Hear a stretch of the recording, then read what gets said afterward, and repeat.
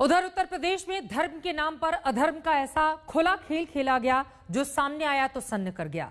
भरोसा ही करना मुश्किल होने लगा कि प्रशासन की नाक के नीचे धर्मांतरण का घिनौना कांड हो रहा था।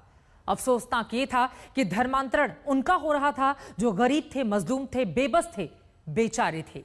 इनमें असहाय महिलाएं थीं, बेसहारा बुजुर्ग थे, अनाथ बच्चे थे और मुसीबत के मारे मूक बधिर थे।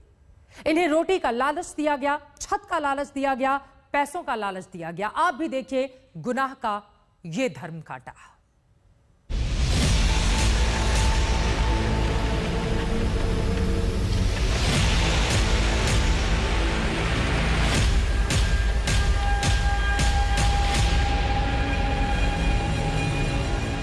हर मजहब का मतलब है उसूल, ईमान, इंसानियत। लेकिन इसी मजहब की आड़ में कई बार रची जाती हैं साजिशें, किए जाते हैं गुनाह, बनाया जाता है शिकार मासूम, मजलूम और मुश्किल में फंसे इंसानों को।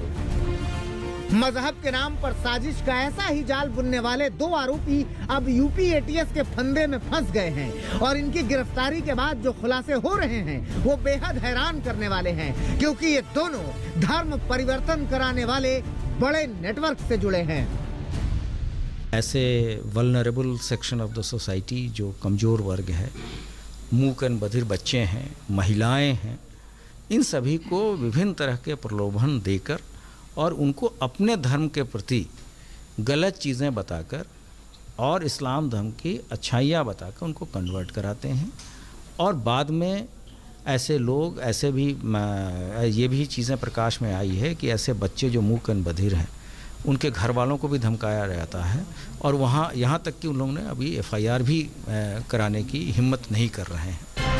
आरोप है कि इस रैकेट ने अब तक करीब 1000 से ज्यादा लोगों का धर्म परिवर्तन कराया है। इसमें मुसीबत के मारे लोग, महिलाएं और मूक बधिर बच्चे तक शामिल हैं। और ये लोग अपना सालाना कॉन्क्लेव भी करते हैं और उसमें भी लोगों को, बाहर के लोगों को बुला के धर्म परिवर्तन के लिए उत्प्रेरित करते हैं। और जो इस तरह की चीज़ें होती हैं उसमें पैसे देने का, नौकरी देने का, शादियों का लालच दे के इस तरह की चीज़ें कराई जाती हैं। धर्म परिवर्तन के इस काले खेल में शामिल मोहम्मद उमर गौतम और मुफ्ती जहांगीर कासमी दिल्ली में रहते थे और दिल्ली से सटे आसपास के लोगों को अपनी साजिश का शिकार बनाते थे। कुछ लोगों को इनकी करतूतों का पहले ही पता तो लग गया था और अब गिरफ्तारी के बाद वो इनके काले कारनामों का खुलासा कर रहे हैं। मेरा भाई सेक्टर 14 स्कूल में पढ़ता था, जहाँ पे डम एंड डेफ की जो सोसाइटी स्कूल है उसमें, वहाँ से एक लड़का था शकील खान फरीदाबाद से और वसीम अहमद नू से, उसने उनको नोएडा डेफ सोसाइटी में एडमिशन दिलाया जहाँ से उसका धर्म परिवर्तन कराया गया है। और उसके साथ साथ ना काफ़ी लड़कों का भी कन्वर्जन कराया गया है जो हिंदू से मुस्लिम में कन्वर्ट हुए हैं। धर्म परिवर्तन से जुड़ा ये गिरोह 2 जून को यूपी पुलिस के रडार पर आया था, जब गाजियाबाद के डासना में स्वामी यति नरसिंहानंद के आश्रम ये नाम बदल कर पहुंचे थे। कुल सूचनाएं जो हैं वो दासना गाज़ियाबाद में एक मंदिर में लोग छद्म नाम से घुस रहे थे। उनके गिरफ्तारी के बाद से धीरे धीरे चीज़ें डेवलप हुई और ये गाज़ियाबाद दासना की घटना 2 जून की है। हम लोगों ने इस चीज़ को डेवलप किया और जो उमर गौतम को बीच में 2-3 बार हम लोगों ने पूछताछ के लिए भी बुलाया था और जब आवश्यक हुआ तब इनकी गिरफ्तारी कल की। चौंकाने वाली बात यह भी है कि धर्म परिवर्तन वाली साजिश के तार देश के बाहर से भी जुड़ते नजर आ रहे हैं और फंडिंग के पीछे आईएसआई कनेक्शन का भी शक है। बीते कई सालों से उत्तर प्रदेश प्रदेश के तमाम अन्य राज्यों में चलाए जा रहे धर्मांतरण के इस अभियान में आईडीसी यानी इस्लामिक दावा सेंटर एक अहम भूमिका में था। इस्लामिक दावा सेंटर के नाम पर ही एक बाकायदा अभियान चलाया जा रहा था।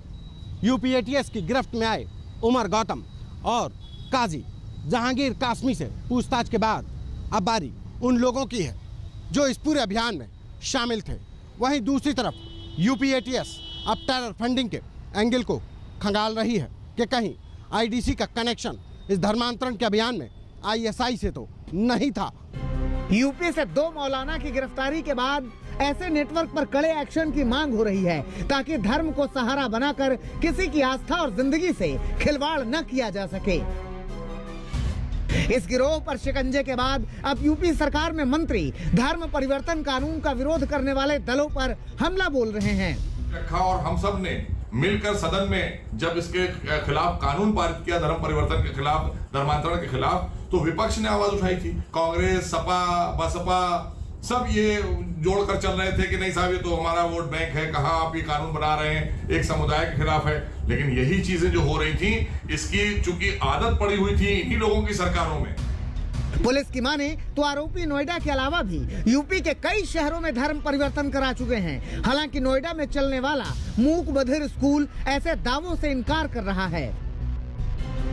धर्म परिवर्तन के इस मामले को लेकर यूपी में नई जंग शुरू हो गई है। मुस्लिम धर्म गुरु इसे मुसलमानों के खिलाफ माहौल बनाने की साजिश बता रहे हैं। साथ ही कह रहे हैं कि जांच के बाद पूरा सच सामने आ जाएगा।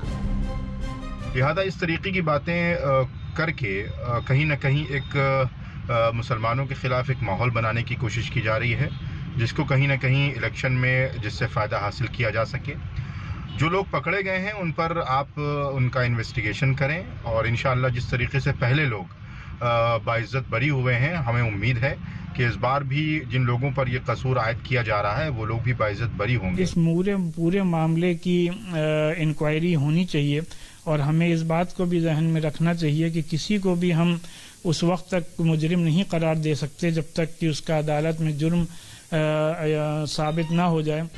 हालांकि मजहब के नाम पर धर्म परिवर्तन के खेल की कहानी बेहद डरावनी है। यूपी पुलिस दावा कर रही है कि जल्द ही इस काली कहानी के सारे किरदार सामने होंगे। लखनऊ से संतोष कुमार और अभिषेक मिश्रा के साथ तंसीम हैदर, नोएडा, आज तक। धर्म परिवर्तन के धर्म कांटे के बीच अब